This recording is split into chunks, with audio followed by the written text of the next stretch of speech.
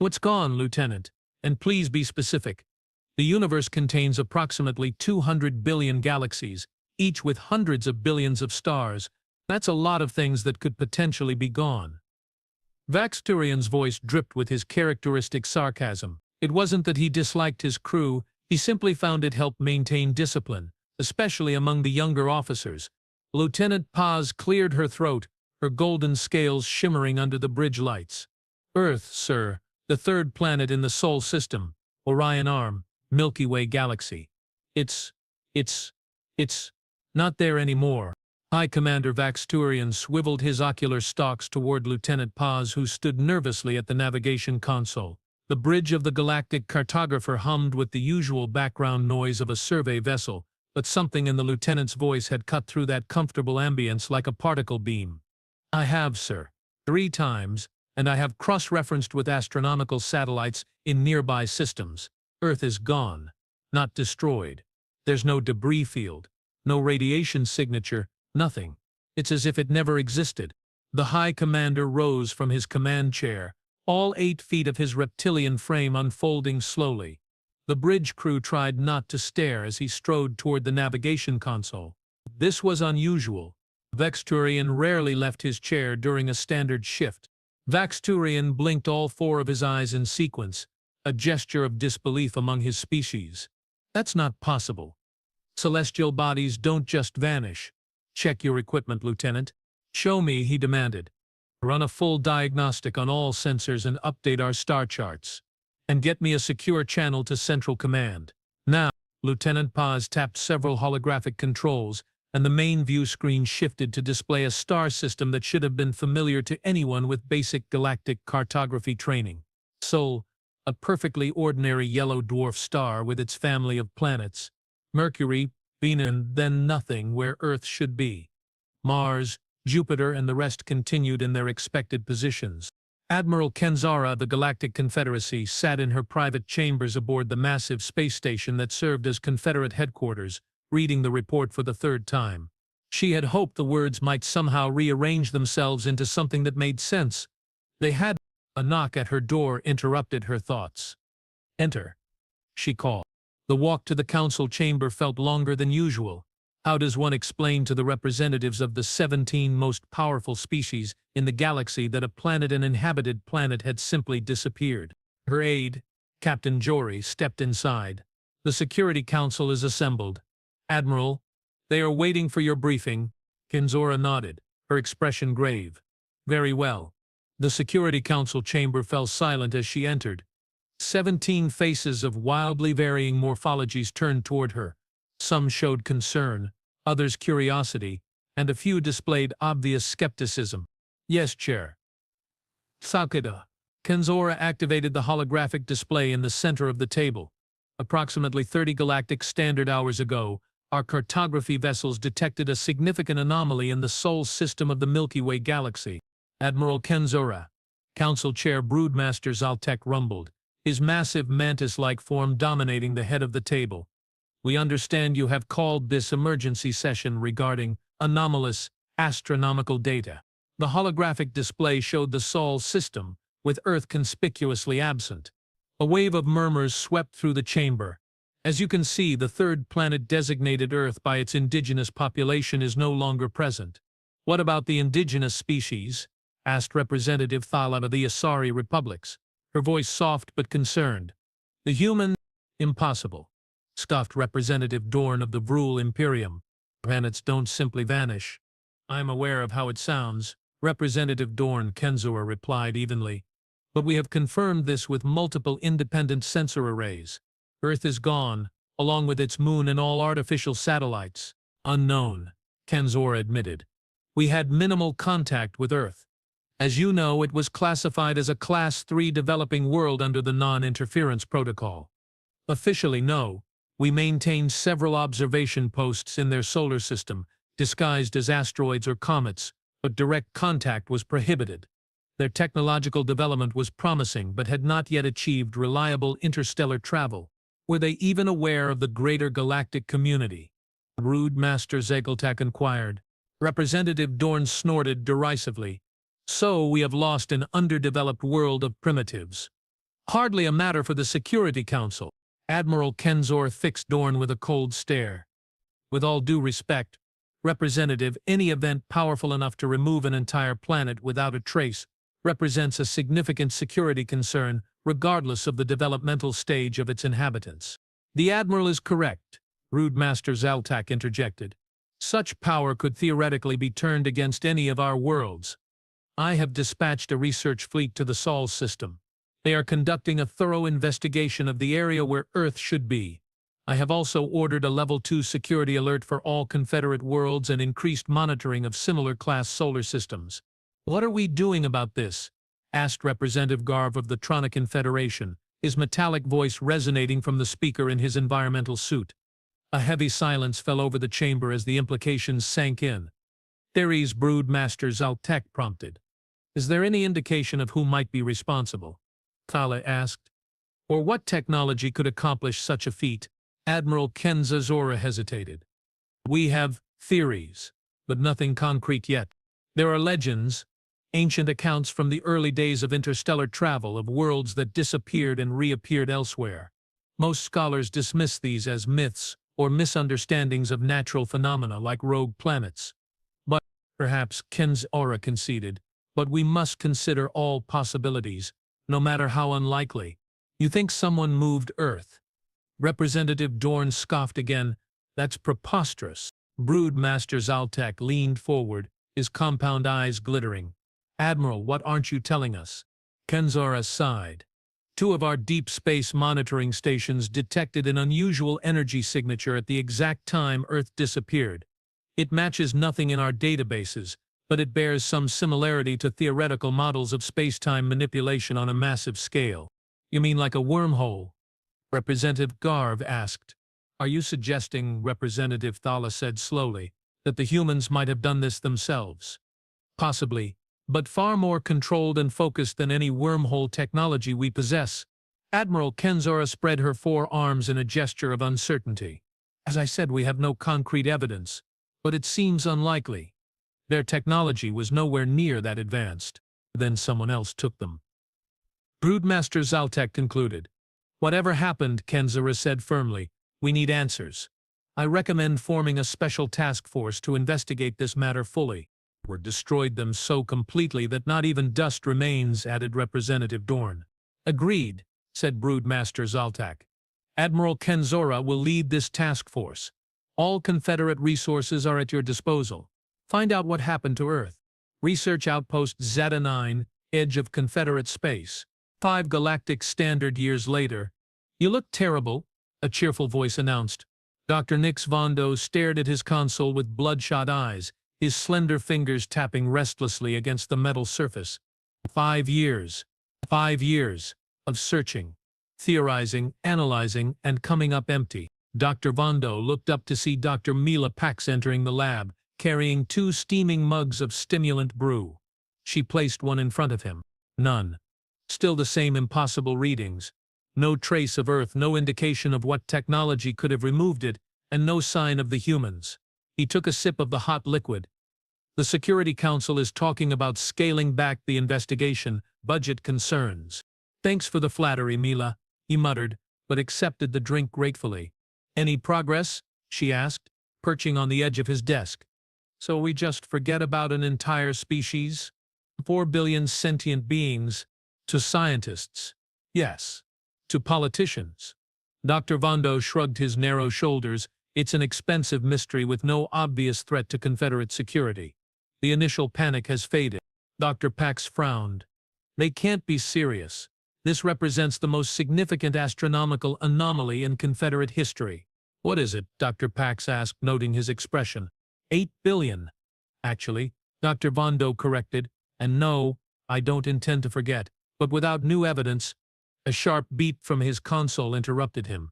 Dr. Vondo glanced down, expecting another false alarm. His eyes widened. Long-range sensors are picking up something. His fingers flew across the controls, an energy signature, similar to the one detected when Earth vanished. Dr. Pax leaned over his shoulder, her antennae quivering with excitement. Location, that's the thing. It's coming from everywhere. Well, not literally everywhere, but from multiple points across the galaxy, all simultaneously. Now what? Dr. Pax asked. Another alarm sounded, this one louder and more urgent. Dr. Vondo's voice was barely audible. The Sol system. Sensors are detecting a massive energy surge where Earth used to be. Sir, we are detecting spatial anomalies throughout the sector, the tactical officer reported. Energy readings are off the charts. High Commander Vaxturian had been asleep when the alert came through. 5 years after discovering Earth's disappearance, he had been reassigned to Border Patrol, a prestigious post. They told him that he knew a sideways career move when he saw one. Report, he barked, striding onto the bridge of the Confederate cruiser Vigilant. Show me. What am I looking at? Exactly. The main view screen displayed a star map of their patrol sector. Dozens of points were highlighted in angry red. We believe they are openings, sir. Similar to wormholes, but more stable and apparently artificial. Vaxturian frowned. Opening to where? Unknown, sir. But we are detecting objects emerging from several of them. What kind of objects? Before Vaxturian could respond, another officer called out, Sir, we are receiving a transmission. It's being broadcast on all frequencies, in all known Confederate languages. Ships. Sir. Thousands of them. Put it through. The view screen changed to show the image of a bipedal creature with pinkish-brown skin, sparse facial hair, and no visible scales or exoskeleton.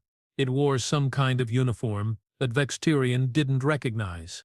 Attention, vessels of the Galactic Confederacy. This is Admiral Thomas Reynolds of the Earth Defense Fleet. Earth and humanity have returned. We come in peace, but we are prepared for war. 5 of your years ago, we detected a massive threat approaching our world, a threat your Confederacy either couldn't or wouldn't warn us about. We chose to remove our planet from harm's way. Now we have returned, and we bring knowledge and technology that will change the balance of power in this galaxy forever. We request an immediate conference with your leadership. The transmission ended, leaving the bridge in stunned silence. Vaxturian found his voice first. Get me Admiral Ken Zora. Now. You knew about this. Broodmaster Zaltak accused, his massive form looming over Admiral Ken Zora in the emergency session of the Security Council. Apparently not all, Representative Thala observed. I suspected, she corrected calmly, but I had no proof. There were ancient legends of species who developed planetary transportation technology, but all such species are long extinct or vanished. The humans didn't develop this technology themselves, Admiral Ken Zora explained. According to their Admiral Reynolds, they were contacted by an ancient race called the Preservers, who offered them this technology in exchange for, well, they haven't specified what exactly. So now we have humans popping up all over Confederate space with thousands of ships and unknown technology. Representative Dorn said sourly. Just wonderful. Admiral Ken Zora's expression grew grim. That's where this gets complicated. They claim it was the Harvesters. And what is this threat they claim was approaching their world? Asked Representative Garv, something we failed to warn them about. A collective gasp went around the table. Impossible. Representative Dorn declared, the Harvesters are a myth, a bogeyman story to scare children. So we have always believed, Admiral Ken Zora agreed. But the humans claim to have concrete evidence.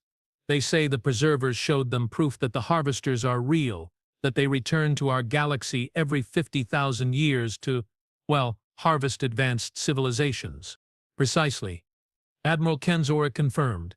The humans say Earth was directly in the Harvesters' path. The Preservers helped them move their entire planet to somewhere else. They are not saying where, and now they have returned with advanced technology and a warning. And the last harvest would have been approximately 50,000 years ago, Broodmaster Zalatek mused, before any of our current civilizations arose. This is absurd, Representative Dorn insisted. We should demand they disarm immediately and submit to Confederate authority. So we just capitulate to these upstarts? Dorn demanded. Admiral Ken Zora raised an eyebrow ridge. With what leverage, Representative?